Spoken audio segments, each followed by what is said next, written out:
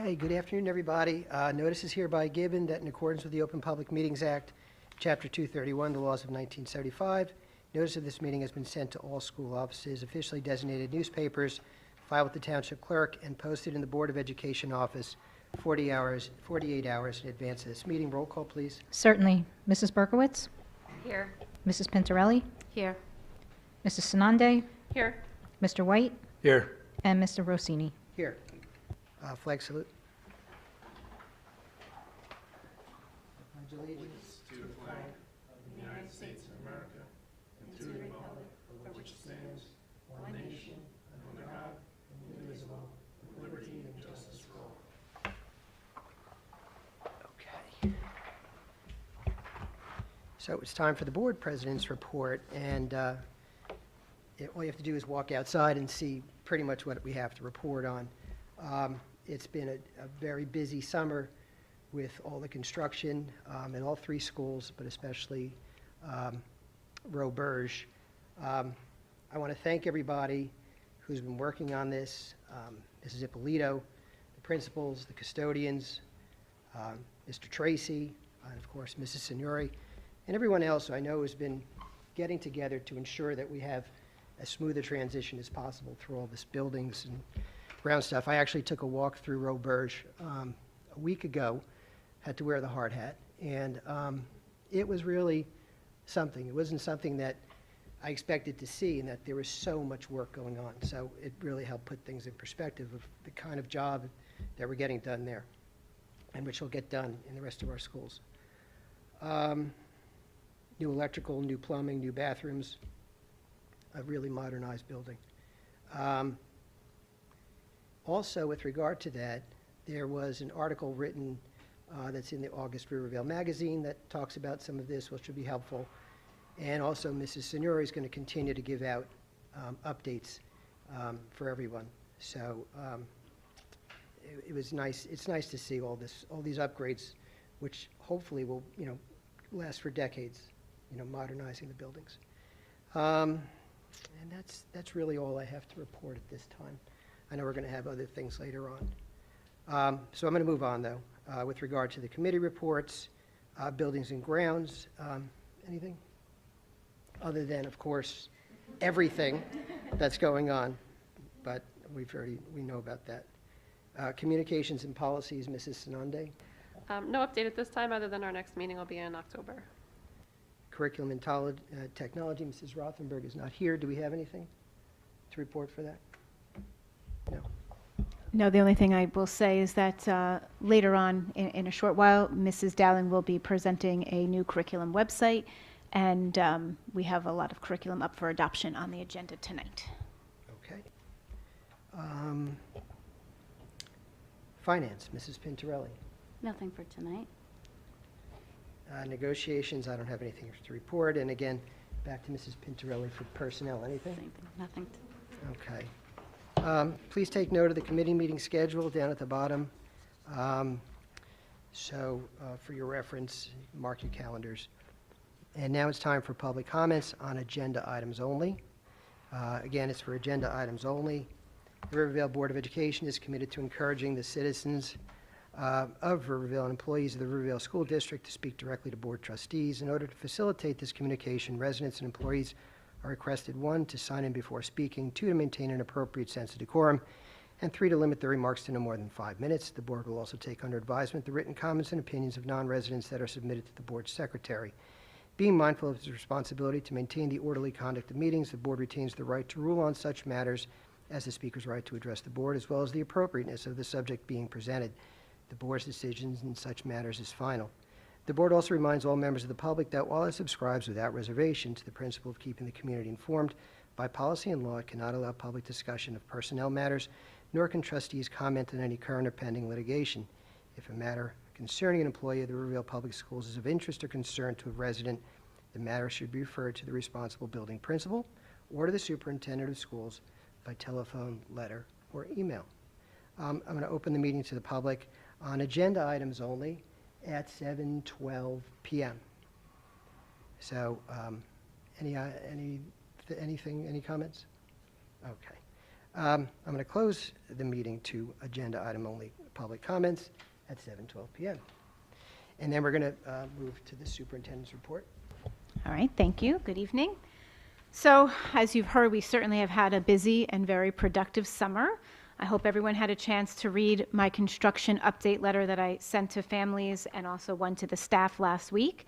I am pleased to report tonight that we are continuing to make great progress on all of our projects, with a particular focus on Roberge, since that's where the extensive interior improvements are being done.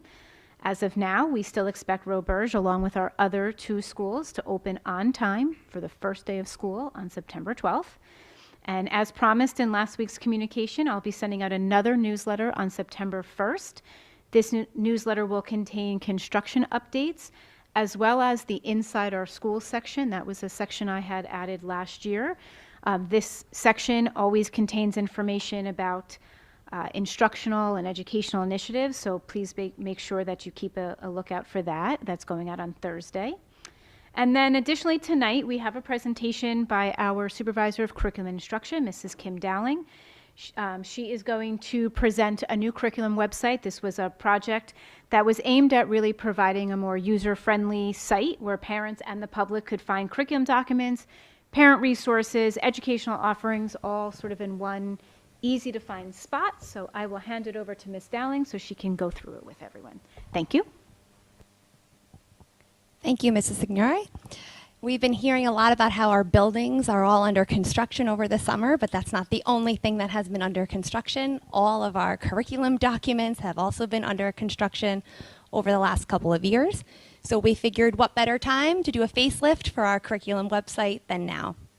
Typically, in a year, the Department of Education will change standards, or they will have their refresh cycle in about 1 or 2 content areas. Over the last couple of years, we have changed 7 different content areas. So we have been very busy in our office as well, all of our curriculum for this year.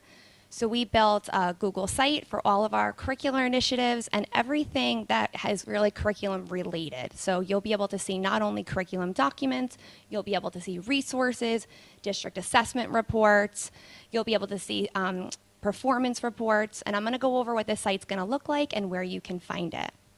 It will be up and running by tomorrow afternoon, so you'll be able to find it on our website. If you go to Parent Resources and then you click Curriculum and Programming, it will take you directly to this site. In this site, you will see our homepage, which talks a little bit about our curriculum, how it's based off of the New Jersey Student Learning Standards, and also some different assessments that our students will be taking this school year and that have taken in the past. Our social and emotional learning programs and how mental health is still of paramount importance to us. The ruler approach. And the next tab is mathematics. You will be able to see all of our math units in this tab. You can either click the units here and view them here, but if you want them to be bigger, you can always click this arrow and it will make each unit bigger for you. We have all of our ELA documents, science, social studies, LGBTQ+, visual and performing arts, comprehensive health and PE, world language, financial literacy. Our gifted and talented programs, in here you will find not only the curriculum, but you will also find our gifted and talented programs and a little bit about what we are offering for our students in K-3, 4-5, and 6-8. There's an assessment tab right on here. You will learn a little bit about our assessments that our students take in Rivervale. They obviously take the NJSLA in grades 3 through 8. They'll also be taking the Start Strong again this year.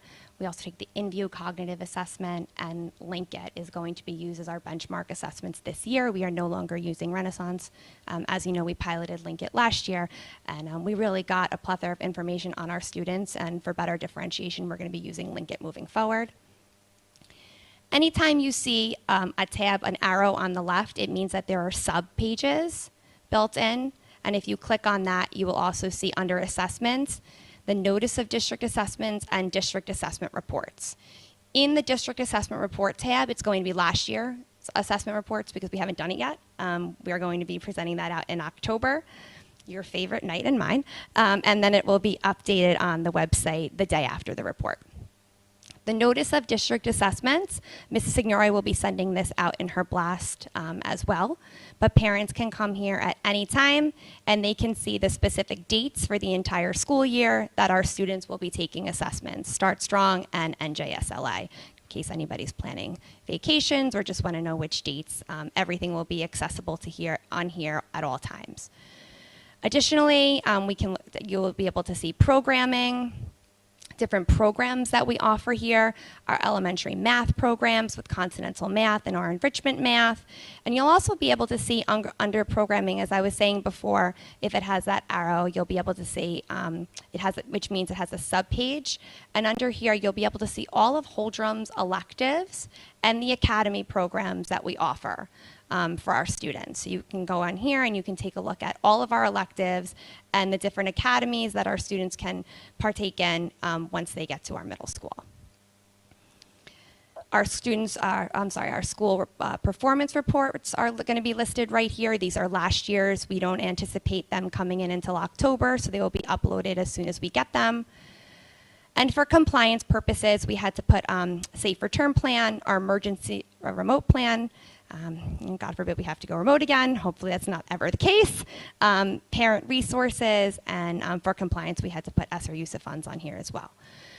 This is really going to be the hub for anything that is curriculum related, will be placed in this website. So parents, it's easily accessible, and it's just an easy way to find anything that you need curriculum related. And of course, if something is not there and you need something, you can always reach out. Anybody have any questions regarding the site? Okay, great, thank you. Thank you, Mrs. Dowling. And I'm going to send it back over to our board president. Okay. All right. That looks actually terrific. I mean, it's got a lot of things I think people are going to be interested in. Thank you. Sure, it took a lot of work. So we'll move to general resolutions, resolutions G1 through G13. Anybody want to move it, please? So moved. Second, anybody? I'll second. And discussion.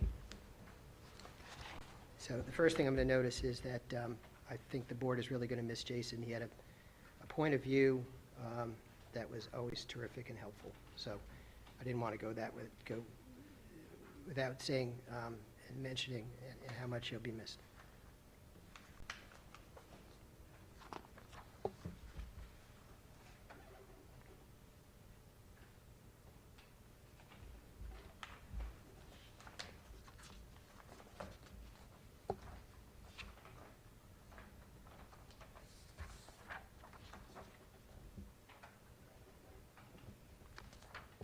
Okay, anything else?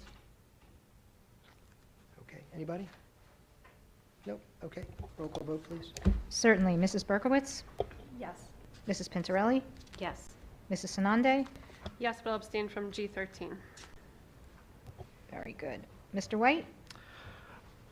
I'm going to be yes for G1 through G8 and G10 through G13 and no for G9. And before you move on, I just want to state that unfortunately the entire curriculum, as Mrs. Dowling said, there are several content areas and they're built into one vote. I'm certainly not voting no for the very hard work that Mrs. Dowling and her staff have done. I'm not voting no for the curriculum for our schools, but rather the state standard for the new health state standard. And I want to just be clear about that. Thank you. Okay, thank you. And Mr. Rossini? Yes. Okay, business resolutions B1 through B14. Anybody want to move it, please? I'll move. Second, anybody? I'll second. Okay, and discussion.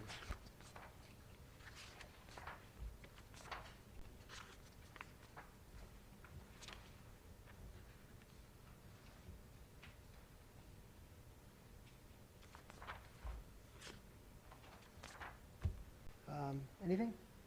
Anything? Arthur? Okay, roll call vote, please. Certainly. Mrs. Berkowitz? Yes. Mrs. Pintarelli? Yes. Mrs. Sanande? Yes. Mr. White? Yes. Mr. Rossini? Yes. And now we'll move to P1 through P20 personnel resolutions. Anybody want to move it, please? I'll move it.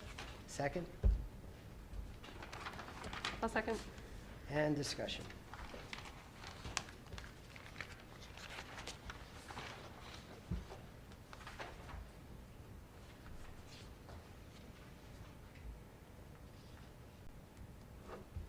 I'll just notice in P10, we have a lot of interns, which I guess is a good thing, right? A couple of names, actually, I even recognize from the past. Other students have come through here.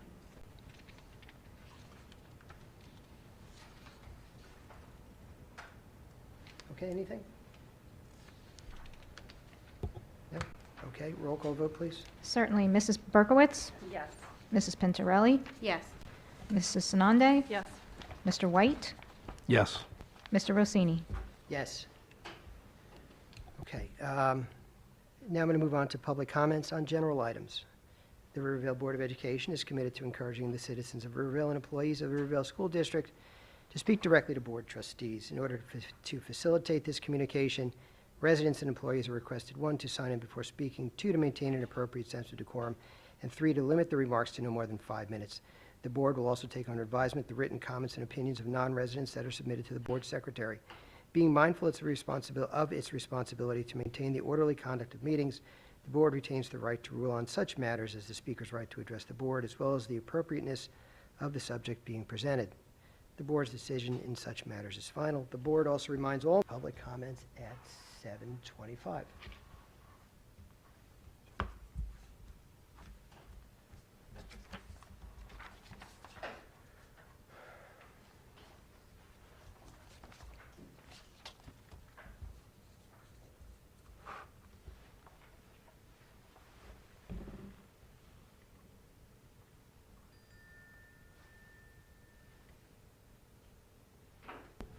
Hi, everyone. Hi, good afternoon. Thank you, Ms. Dowling, for that presentation. It was wonderful. And I think this is really great for the community and for the parents who have been asking for more transparency. This is a great place for us to be able to look, and it seems like it's easily accessible, and that's exactly what we want. I just noticed on here, I was reading through this last night, and I saw that you guys had sent a copy of the resolution to the state in regards to the increase in something for the health benefits, which is 100% appropriate. In no way, shape, or form should the state be asking more money out of our teachers' pockets who have been working tremendously hard over the course of a few really grueling years. Do we expect to hear back from the state? How does this process go? So, let Mrs. Ippolito ask, please. The state organizations that we all belong to, business officials, superintendents, and school board organizations have obviously reached out to try to stop this from occurring. We don't have any solid information as to whether or not that will occur. Typically, the actuaries put forth a report in August, which give us projections for the health benefit increases. So it is the end of August. We have not yet heard back. As soon as we do hear back, we will let everybody know. But unfortunately, this is based on experience, and we all went through the pandemic, and for the first year and a half, people were not leaving their homes. They weren't participating in any of their health care, so the experience went down. People came out of the pandemic, elective surgeries. Okay. All right. Thank you. Thank you.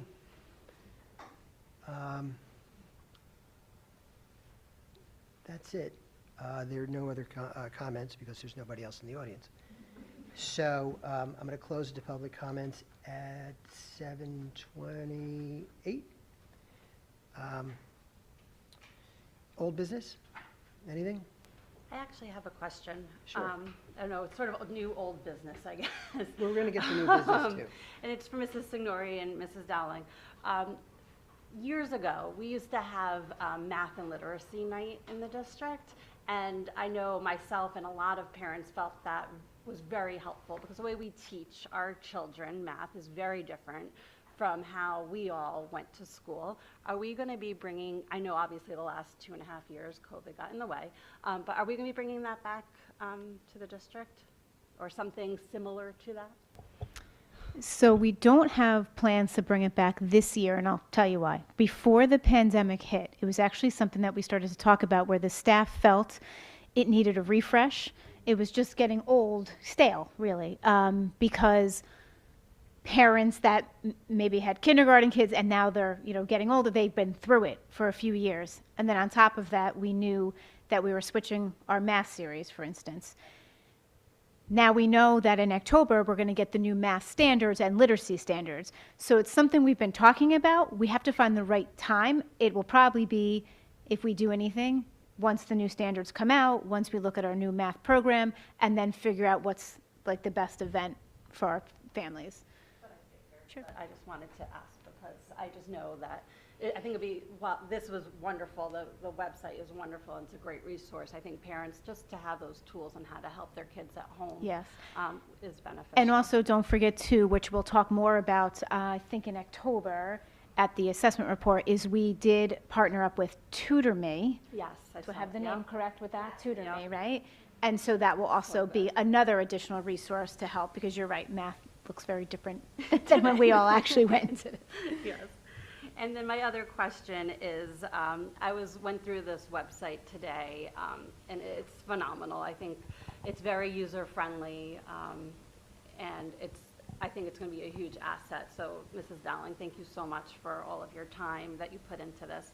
I do have a question regarding the math curriculum. Math is a touchy subject, and I feel that when I was going through all the different subject areas, I saw that some of the content had differentiation implemented for gifted and talented students. I didn't see that for math, and I'm not only just worried about the gifted and talented students, I'm also thinking about our basic skills students, or those students who are on that cusp who don't really qualify for basic skills. Math, especially for those students, being that we're moving more into that technology world, can be difficult for them to learn on technology. So I was just wondering if you could just discuss a little bit about differentiation for those Absolutely. two spectrums. Absolutely. Differentiation is number one priority, especially in mathematics. It's best practices, and we are on the exact same page. I just want to go back to the differentiation for the gifted and talented in the curriculum documents. I can certainly show you exactly where it is in the math documents. The only reason that I know that it is there is because it's part of compliance for the state, is that we have to have them in there for gifted and talented ELA special education students and students at risk. So I would be happy to show you exactly where that is, or where it is in all of the documents for math and in all of our content areas. We have been, the past couple of years, using data for differentiation more really than we ever have with the birth of the pandemic, and really trying to close the gap and enrich for the students who are gifted and talented and who do need more. It was one of the big reasons why we piloted Link It last year, knowing that we do have the math curriculum, the regional math curriculum with the rich math tasks, and we also have big ideas and bridges to support that and to supplement that. We wanted something more for our staff to be able to better differentiate specifically in math and ELA. And after the pilot of Link It, we really found, and our staff found, the reports that we were getting to be very beneficial, and the progress monitoring tool to be very beneficial in the classroom, because you can really hone in on specific standards for specific students and create those strategy groups built right into the program. With that being said, they give you the strategy groups online, and to your point about being online, we have Link It, which is online, but we also have IXL and online programs to supplement our curriculum. those should also always be supplemental tools, and students should never be just learning any content area online. That's just not, best practices, and I know that's not something that our staff engages in. We are going to be using Linkit, to your point this year. We've actually built in a structure in the elementary schools where there is specific time designated to differentiation. There are periods built into the schedule to use the Linkit data, NJSLA, in-class benchmarks, formative, summative assessments, so teachers can create these within-class flex groups and best differentiate for their students. We're designating time during faculty meeting, during team time at the middle school, for teachers to have time to really not only look at the data, but be able to analyze the data and create the groupings and plan for the groupings. So it is one of our biggest priorities this year, not only because of the pandemic and to close the gap, but to make sure that we're meeting all of our students. So we are on the same page.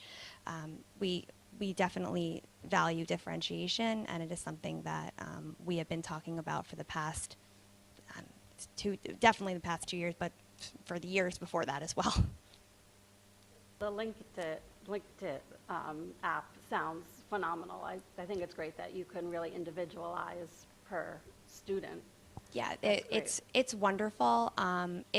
What the reports that it gives the staff is it gives reports as a grade level, as a school, as a class.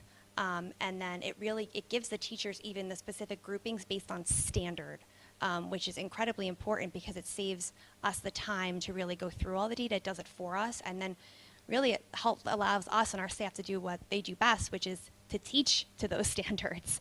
And it just takes the time out of having to figure out the groupings and create it. But we are very excited to not be piloting Linkit this year, but to be using not only the benchmarks, but the progress monitoring tools. And as Mrs. Signori was saying, the Tutor Me as well is going to be a great addition. And we're excited to discuss that when we talk about the district assessment report in October. Yeah, and I just wanted to reiterate too, that is something new you'll see this year is, we've talked a lot about differentiation in the classroom, but they're all so many minutes to the day. And so how do you build a structure so that we can really ensure that within class flex grouping is happening to the, in the best possible way? So we hardwired it in. We kind of redid the elementary schedule and hardwired it in. So like Ms. Dowling said, we already have the faculty meetings planned out as to when they're looking at the data and then when they're analyzing the data, but then you have to make sure they have the structure to implement it in the classroom. Otherwise, it never gets out of like the theory.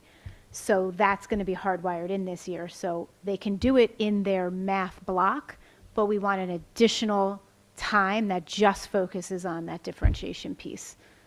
That'll be We're doing great that. for the teachers too, just so Yeah. much easier, more for the, they can spend the time on the important tasks that they Right, need to right. be. They could do direct lesson for their block time and then break out into those groups. And that way, it's also consistent on how many times you're differentiating Right. throughout the week. Exactly, yeah. So.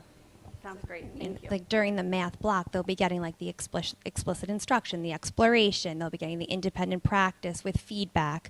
And then during the time with the Linkit periods, they'll be able to really use the data and see what each student needs more of. And that will, for all differentiation periods, students who are at risk, students who need more of, specific standards, or students who are doing really well on the standards that you're learning right now and who can move up to the next one.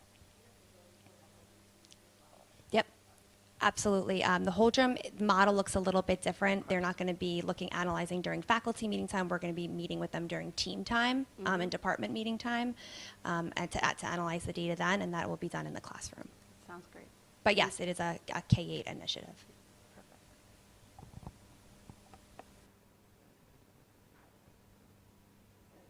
Thank you. Anybody else? Any other old business / new business? I didn't know to clarify that one.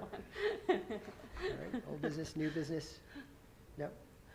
Okay. So we're going into closed session? Okay, so we're going to be going into closed session. We're not going to be coming back out again, right? And we're not coming back out. We're not going to be taking any action.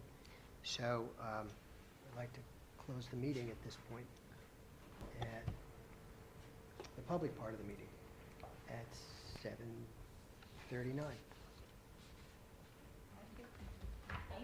All right, thank you. Good night. I'll second.